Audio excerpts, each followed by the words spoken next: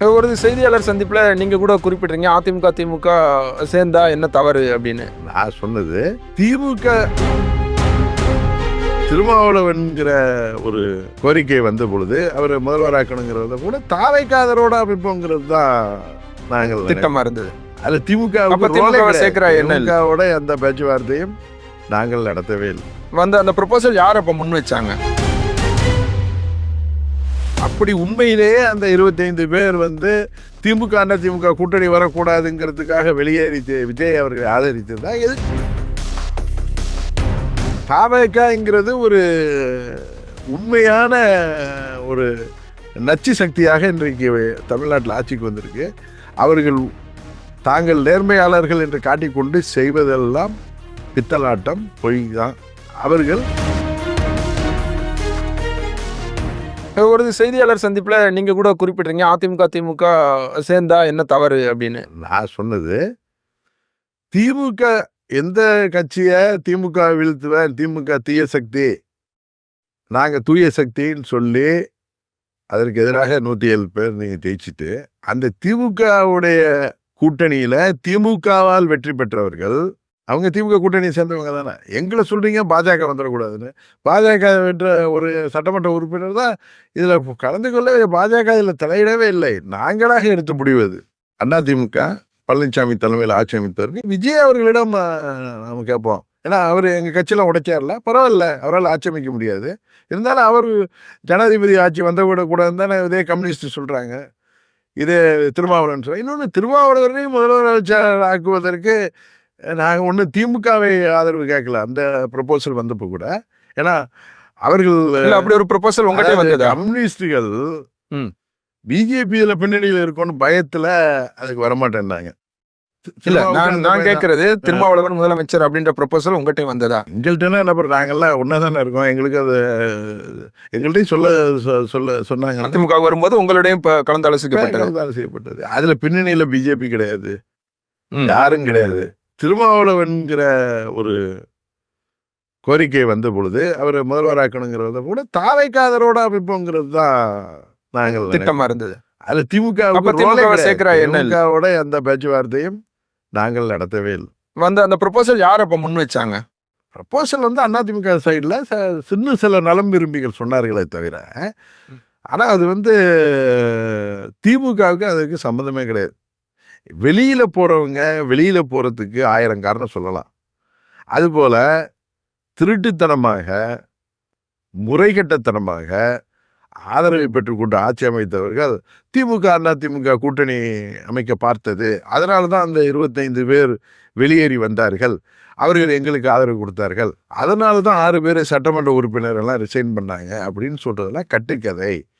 அப்படி உண்மையிலேயே அந்த 25 பேர் திமுக அதிமுக கூட்டணி வரக்கூடாதுங்கிறதுக்காக வெளியேறி விஜய் அவர்களை ஆதரித்ததா? எதுக்கு மன்னிப்பு கடிதம் கொடுத்து தங்கள் செயலுக்கு வருந்தி திருப்பி கடிதம் கொடுத்துருக்கணும் தான் நான் கேட்குறேன். அதற்கு அவங்கள்ட்டெல்லாம் பதில் கிடையாது. அவங்களே சொல்ல முடியாது. அவங்க போனதுக்கு திமுக அதிமுக இணைவு அப்படின்றது காரணம் கிடையாது. அதெல்லாம் காரணம் கிடையாது. அதெல்லாம் ஒரு காரணமே கிடையாது. இவர்கள் காட்டிய ஆசை வலையில விழுந்தார்கள் பாவம் எனது முன்னாள் நண்பர்கள்.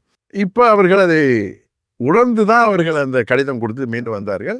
இப்பொழுது அங்கே நடக்கிற பிரச்சனை பெரிய, அவர்களுக்கு பழைய பதவிகள் கேட்டார்கள். அது புதிதாக அந்த பதவிக்கு நிர்வாகிகள் அமைக்கப்பட்ட பிறகு இப்பொழுது வேணாம், கொஞ்சம் பொறுமையாக இருப்போம் சொல்லி திரு இபிஎஸ் அவர்களுக்கும் இடையில பேச்சுவார்த்தை நடந்ததுதான் அவர் வருத்தத்தில் இருக்காங்களே தவிர, சில பேர் எப்படியாவது அமைச்சர் ஆகணும், 5 வருஷம் எதிர்கட்சியாக இருந்துட்டோம் அப்படின்னு சொல்லிட்டு தாவைக்கால போனால் நடக்குன்னு ஏற்கனவே ஏமாற்றப்பட்ட 2ஆவது முறை வேற வழி இல்லாமல் போய் கட்டு சீரழிகிறதுக்கு அங்கே போயிருக்காங்களே தவிர, அதில் சொல்லப்படுவது எல்லாம் பொய், கட்டுக்கதை. ஆனால் அந்த கூட்டணியில் இருக்க எல்லாருமே சொல்றாங்களா, இடதுசாரிகள் சொல்றாங்க, சார் எல்லாம் வெளியில சார் இப்போ வெளியில போனவங்க சொல்றதெல்லாம் நீங்க எப்படி நீங்க ஒத்துக்க முடியும்?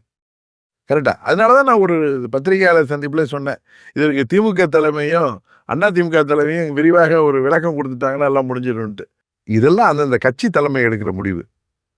நான் ஒரு யதார்த்தத்தை சொல்லக்கூடியவன். நீங்க திமுக கூட்டணியில இருக்கிற கூட்டணி கட்சிகளை சேர்ந்த சட்டமன்ற உறுப்பினர்கள் உங்களை எதிர்த்து, தாவேகாவை எதிர்த்து வெற்றி பெற்றவர்களை ஆதரவோடு ஆட்சி அமைப்பது நியாயம் என்றால், மற்ற கூட்டணிகள் அமைவதில் என்ன தவறு இருக்கிறது தான் கேட்டேன். அதான் நான் வார்த்தை சொன்னேன். இன்னொன்று, திமுகவும் அண்ணா திமுகவும் கூட்டணி வைக்கணுங்கிற ஒரு எண்ணத்திலே நான் பேசல. தாவேக்காங்கிறது ஒரு உண்மையான ஒரு நச்சு சக்தியாக இன்றைக்கு தமிழ்நாட்டில் ஆட்சிக்கு வந்திருக்கு. அவர்கள் தாங்கள் நேர்மையாளர்கள் என்று காட்டிக்கொண்டு செய்வதெல்லாம் பித்தலாட்டம், பொய் தான். அவர்கள் மக்களை ஏமாற்ற பார்க்கிறார்கள். எப்படி விவசாயிகளை ஏமாற்றியது போல, அது வேறு அதிமுக சட்டமன்ற உறுப்பினர்களை ஏமாற்றி அமைச்சராக்குவேன் என்று சொல்லி அவர்களை நடுரோட்டில் விட்டது போல, இன்றைக்கு 6 பேரை ரிசைன் பண்ண வச்சு நடுரோட்டில் விட்டது போல, தமிழ்நாட்டு மக்களுக்கு அவர்கள் நல்லது செய்ய போவதில்லை. அதனால் அந்த மக்கள் விரோத சக்தியை, அந்த நாசகார சக்தியை வீழ்த்துவதற்கு தேர்தல் கால நேரத்தில் சூழ்நிலைகள் எந்த கூட்டணி வேண்டுமானாலும் வழிமதிப்பதற்கு வாய்ப்பு இருக்கிறதுங்கிறது தான் நான் சொன்னேனே தவிர, அது என்னுடைய தனிப்பட்ட ஒரு அனுமானத்தில் சொன்னேனே தவிர 2 பேர் கூட்டணி அமைக்கணுங்கிறத நான் சொல்லலை. பாடம் எனது நண்பர்கள், அவர்கிட்ட நான் பலமுறை சொன்ன தவறு இப்பயும் சொல்கிறேன். நேரம் கடத்தாதீர்கள். மீண்டும் எந்த கட்சி உங்களுக்கு அடையாளத்தை கொடுத்ததோ, எந்த கட்சியால் நீங்கள் சட்டமன்ற உறுப்பினர்களாக இருந்தீர்களோ, இன்றைக்கு ரிசைன் பண்ணீங்களோ, அவங்க இரட்டை இலையில வெற்றி பெற்றவர்கள். நீங்கள் அந்த தொகுதி மக்கள் இரட்டை இலைக்காகத்தான் வாக்களித்தார்கள். இரட்டை இலை தொகுதியை சேர்ந்த உங்களுக்கு வாக்களித்தார்கள். நீங்க செய்தது, அந்த 6 பேர் செய்தது உண்மையிலேயே மாபெரும் தவறு. தொகுதி மக்களுக்கும் செய்த துரோகம் அது. அதனால் மீண்டும் திரும்பி வர வேண்டும் என்பதுதான் நான் அவர்களுக்கு ஒரு பழைய நண்பர்கள் என்ற முறையில் அவர்களுக்கு சொல்றேன். சில பேர்ட்ட நான் போன்ல தொலைபேசி பேசி சொன்னேன். என்ன சொல்றாங்க? அவர்கள் என்னிட்ட சொன்னது, அவர்கள் தவறு செய்து விட்டார்கள். அதனால் இங்கே நமக்கு மீண்டும் அங்கே தொண்டர்கள் மத்தியிலும் நிர்வாகிகள் மத்தியிலும் தலைமையிடமும் தங்களுக்கு மரியாதை இருக்காதுங்கிற ஒரு அச்ச உணர்வுல தான் அவங்க வேற வழி இல்லாம தங்கள் செய்த தவறுகள் வெளிப்பட்டு விட்டதே என்றுதான் வெளியேறுகிறார். இப்பயும் ஒண்ணும் இல்லை. அவர்கள் ஒருவேளை அவங்க திரும்ப வர்றாங்க அப்படின்னா ஏற்றுக்கொள்வதற்கு எடப்பாடி பழனிசாமி மதுரையில அதான் சொன்ன வருவதா இருந்தா எடப்பாடி பழனிசாமி தயாரா இருக்காரு. அவங்க பழைய அவரோட நான் பேசுறவங்க சார்பா உறுதியா நான் பேசுறப்ப அவர் அதோடைய யதார்த்தத்தை புரிந்து கொள்வார். இல்ல அவங்களோட பழைய பதவிகளை கொடுப்பதற்கான வாய்ப்புகள் இருக்கா? முதல்ல இவங்க செய்த முதல்ல இவங்க திரும்ப வரும்போது அதானே கேட்டாங்க. தாண்டிட்டீங்க, அதனால தவற உணர்ந்து திரும்ப வாருங்கள், நீங்கள் வருகிறோம் அப்படின்னு சொன்னீங்கன்னா அது உறுதியை செய்த பிறகு நான் அவரிடம் உறுதியாக நான் பேசுவேன். உறுதியாக நிவாரணம் கிடைப்பதற்கு ஏற்பாடு செய்ய முடியும் என்கிற நம்பிக்கை எனக்கு இருக்கு. அவரும் ஒன்றும் இவங்களை யாரையும் கட்சி விட்டு நீக்கலே.